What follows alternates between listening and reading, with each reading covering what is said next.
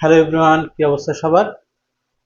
আজকে আমরা শিখব কিভাবে খুব সহজে যে কোনো অ্যাসার্টিভ সেন্টেন্সের অ্যাক্টিভ ভয়েসকে প্যাসিভ ভয়েসে কনভার্ট করা যায় এবং ভাইস এন্ড ভার্সা, অপোজিটটা আমরা শিখব। তো ক্লাসটা কাদের জন্য আগে বলে রাখি, যাদের ভয়েস করতে প্রবলেম হয় অথবা যারা খুব তাড়াতাড়ি ভয়েসটা শিখতে চাও তাদের জন্য এই ক্লাস। যারা আগে থেকে ভয়েস পারো বা যারা ইংলিশ বুঝে ভয়েস করো তাদের জন্য এটা না, তবে তারাও এটা দেখতে পারে। এটা শর্টকাট ট্রিক আছে, এই জন্য খুব তাড়াতাড়ি ভয়েস করা যাবে দ্রুত। তার আগে, ভয়েস করার আগে আমাদেরকে দুইটা বেসিক জানতে হবে ভয়েসের সূত্রটা শেখার আগে। আমি মাত্র একটা সূত্রে সবগুলা অ্যাসার্টিভ সেন্টেন্সের ভয়েস কভার করার চেষ্টা করব। প্রথম যে বেসিকটা আমাদের জানতে হবে সেটা হচ্ছে সাবজেক্টের অবজেক্ট গ্রুপ বা অবজেক্টের সাবজেক্ট গ্রুপ। আই এর অবজেক্ট কি? মি। শি এর অবজেক্ট কি? হার। দে এর অবজেক্ট কি? দ্যাম। হি এর অবজেক্ট কি? হিজ। উই এর অবজেক্ট কি? আস। ইট যদি থাকে ইটে হবে, আর কোনো নাউন যদি থাকে, যে কোনো নাম রহিম করিম, ওটা চেঞ্জ হবে না, ওই নামই থাকবে। আচ্ছা, এটা যদি আমরা পারি, এরপর আমাদেরকে আরেকটা টার্ম শিখতে হবে, সেটা যেটা আমি সূত্রের মধ্যে ইউজ করব, বাট এরকম কোনো কিছু নাই। বাড়তি অক্সিলারি ভার্ব টার্মটা হচ্ছে কি? বাড়তি অক্সিলারি ভার্ব। আসলে বাড়তি অক্সিলারি ভার্ব বলতে কিছু নাই, বাট আমি যে সূত্রটা লিখবো ওইখানে এই টার্মটা ইউজ করব আমরা, এই জন্য এটা লিখলাম। আচ্ছা, বাড়তি অক্সিলারি ভার্ব কি? যদি প্রেজেন্ট টেন্স হয় আমরা বাড়তি অক্সিলারি ভার্ব বসাবো এম, ইজ, আর, এই তিনটা। যদি পাস্ট টেন্স হয় আমরা বাড়তি অক্সিলারি ভার্ব বসাবো ওয়াজ, ওয়ার। যদি বাক্যে আইএনজি থাকে, ভার্বের সাথে আইএনজি থাকে, তাহলে আমরা বাড়তি অক্সিলারি ভার্ব বসাবো বিইং।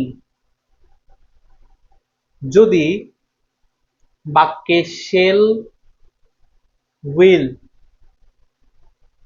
ক্যান, কুড বা অন্য যে কোনো মডাল ভার্ব থাকে, শুড, উড, এরকম মডাল ভার্ব গুলো যদি থাকে, তাহলে আমরা বাড়তি অক্সিলারি ভার্ব বসাবো be. Shall, will, can, could, should, would, may, might, এই মডাল ভার্ব গুলো থাকলে আমরা কি বসাবো? বি।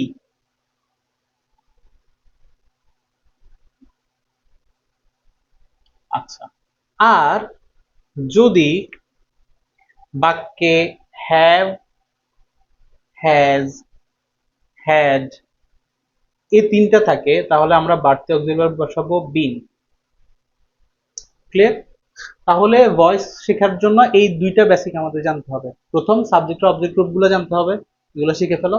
আর বাড়তি অক্সিলারি ভার্ব গুলো শিখে ফেলো।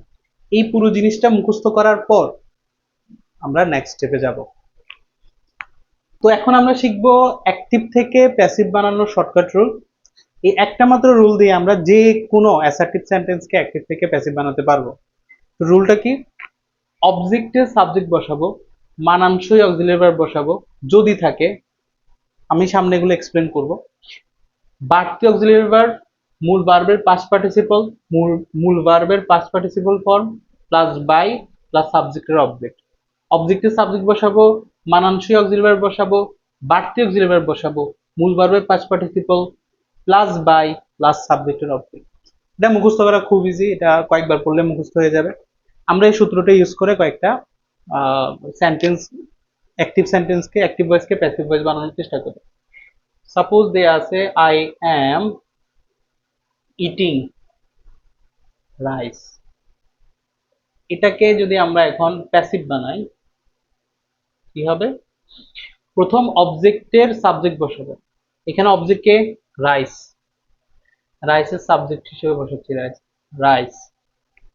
মানানসই অক্সিলারি ভার্ব, এখানে অক্সিলারি ভার্ব আছে কিনা, যদি থাকে, এখানে অক্সিলারি ভার্ব আছে এম, ওইটাকে মানানসই ভাবে বসাবো। এখন এম রাইসের সাথে তো আর এম বসে না, রাইসের সাথে কি বসবে? ইজ। এই এমটাকে আমি এখানে বসাচ্ছি মানানসই করে। যদি এখানে কোনো অক্সিলারি ভার্ব না থাকতো তাহলে এই স্টেপটা আমরা বাদ দিতাম, এই স্টেপটা আমরা স্কিপ করতাম। আচ্ছা, তাহলে প্রথমে অবজেক্টকে সাবজেক্ট করলাম, মানানসই অক্সিলারি ভার্ব বসালাম, এমটা এখানে ইজ হিসেবে বসছে কারণ রাইসের সাথে ইজ বসে, থার্ড পারসন সিঙ্গুলার নাম্বারের সাথে ইজ বসে। আচ্ছা, তারপর হচ্ছে বাড়তি অক্সিলারি ভার্ব, এটা যেহেতু প্রেজেন্টে আছে এবং ভার্বের সাথে আইএনজি আছে, ভার্বের সাথে আইএনজি থাকলে আমরা কি বসাবো? বিং বসাবো। ভার্বের সাথে আইএনজি থাকলে আমরা কি বসাবো? বিং বসাবো, বাড়তি অক্সিলারি ভার্ব। আচ্ছা, মূল ভার্বের পাস্ট পার্টিসিপল কি? এখানে মূল ভার্ব হচ্ছে ইট, ইটের পাস্ট পার্টিসিপল হচ্ছে ইটেন। বাই, সাবজেক্টের অবজেক্ট, সাবজেক্ট হচ্ছে আপ, আই এর অবজেক্ট হচ্ছে me. Rice is being eaten by me, rice is being eaten by me. এরকম যদি আমরা আরেকটা করি, for example, I shall watch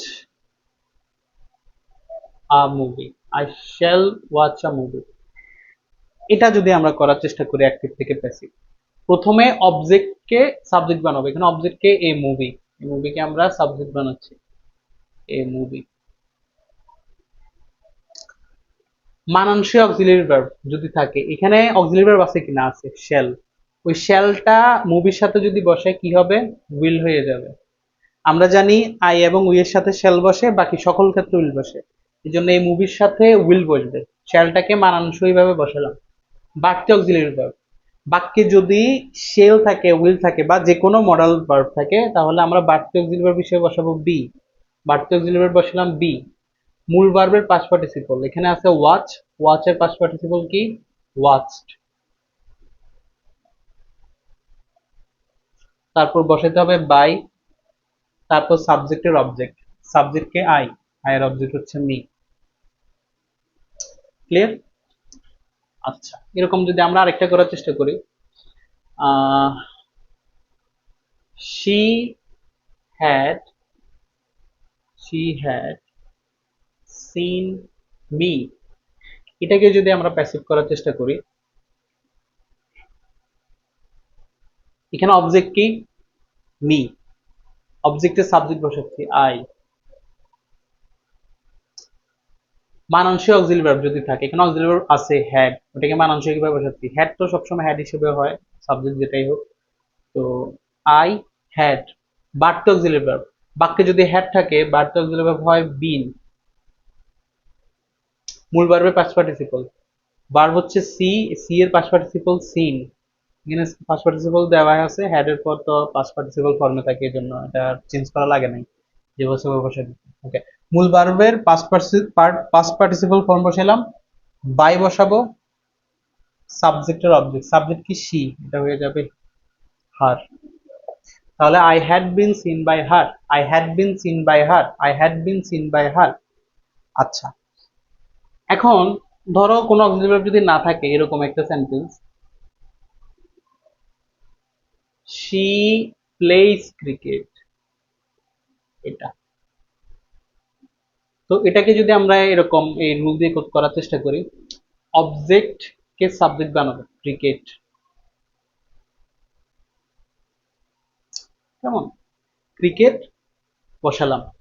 মানানসই অক্সিলারি ভার্ব কোনো যদি থাকে, এখানে কোনো অক্সিলারি ভার্ব নাই, এই জন্য আমরা মানানসই অক্সিলারি ভার্ব বসাবার দরকার নাই, এই স্টেপটা আমরা স্কিপ করতেছি, যেহেতু কোনো অক্সিলারি ভার্ব নাই, এটা বসাবারও দরকার নেই।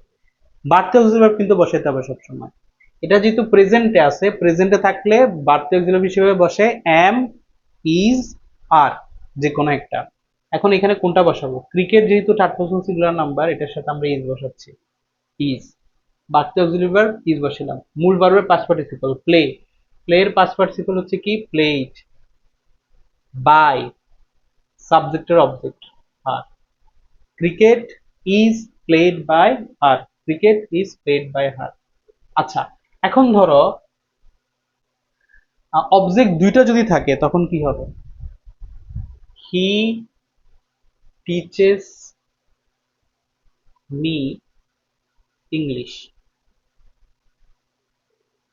কেমন? এখানে অবজেক্ট দুইটা, মি একটা অবজেক্ট, ইংলিশ একটা অবজেক্ট। এই ক্ষেত্রে আমরা কি করব? আমরা যে কোন দুইটা অবজেক্ট, আমরা যে কোনো একটা অবজেক্টকে প্রধান ধরে করব এই নিয়ম দিয়ে, এবং যে অবজেক্টটা আমরা ইউজ করি নাই ওটা আমরা ভার্বের পর বসাই দেব। কেমন? ওটা আমরা ভার্বের পর বসাই দেব। যেমন আমরা মূল ভার্বের পাস্ট পার্টিসিপল পর বসাই দেব, এই জায়গায় বাই এর আগে বসাই দেব। যেমন আমরা যদি এটাই করি, হি টিচেস মি, সে আমাকে শেখায়, অথবা হি টিচেস ইংলিশ, সে ইংরেজি শেখায়। এখানে যেহেতু দুইটা অবজেক্ট আছে, আমি যে কোনো একটা অবজেক্ট নিয়ে করব। সাপোজ আমি প্রথমটা নিয়ে করলাম, হি টিচেস মি, তাহলে কি হবে, অবজেক্টকে সাবজেক্ট বানাবো আই, আই বাড়তি সরি মানানসই অক্সিলারি ভার্ব যদি থাকে, এখানে কোনো অক্সিলারি ভার্ব নাই, এই জন্য এই স্টেপটা বাদ, স্কিপ করতেছি। বাড়তি অক্সিলারি ভার্ব যেহেতু এটা প্রেজেন্টে আছে, বাড়তি অক্সিলারি ভার্ব বসাতে হবে, এম ইজ আর যে কোনো একটা আমরা এম বসাবো, যেটা এর সাথে এম বসে, আই এম। মূল ভার্বের পাস্ট পার্টিসিপল ফর্ম টট, টিচের পাস্ট পার্টিসিপল ফর্ম কি টট, বাই সাবজেক্টের object him, I am taught by him. এখন যে এক্সট্রা যেটা আছে অবজেক্ট, ওটাকে আমরা বাই এর আগে বসাবো, ভার্বের পর বাই এর আগে বসিয়ে দিব, I am taught English by him. তো এই একটা সূত্র দিয়ে এভাবে আমরা যে কোনো অ্যাসার্টিভ সেন্টেন্সের অ্যাক্টিভ টু প্যাসিভ ভয়েসে কনভার্ট করতে পারবো। এখন যদি উল্টাটা করতে বলে, ভাইস এন্ড ভার্সা, প্যাসিভ থেকে যদি অ্যাক্টিভ করতে বলে উল্টাটা, তখন কি করব? এটা কিন্তু পরীক্ষায় আসে, প্যাসিভ থেকে অ্যাক্টিভ করার নিয়ম। তো প্যাসিভ টু অ্যাক্টিভ, এটা একদম ইজি, এটা আমি বলবো, তোমরা তা আগে টেন্সের গঠন প্রণালী শিখে ফেলো। টেন্সের গঠন প্রণালী জানলে তুমি জাস্ট গেস করবা, গেস করবো কোন টেন্সে, কোন টেন্স এর ছিল, ওই টেন্সের গঠন প্রণালী অনুযায়ী বসিয়ে দেবো। আমার লিখা বোর্ডে খুব একটা সুন্দর না, এমনিতে সুন্দর না, কারো যদি বুঝতে অসুবিধা হয় I am sorry.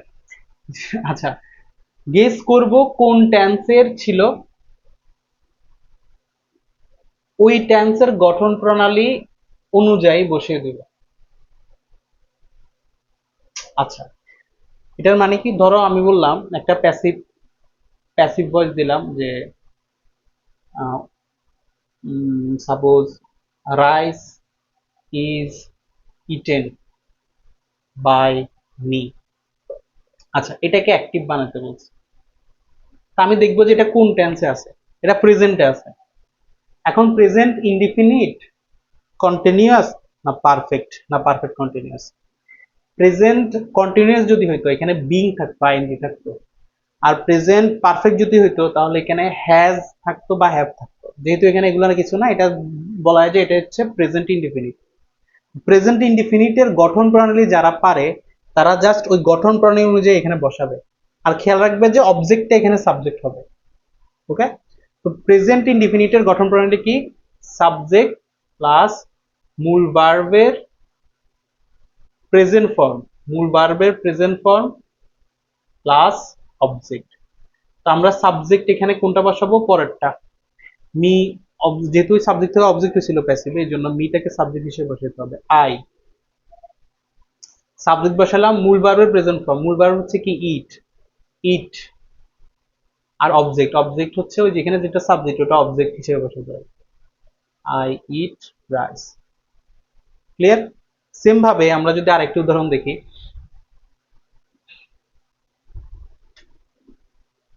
the work will be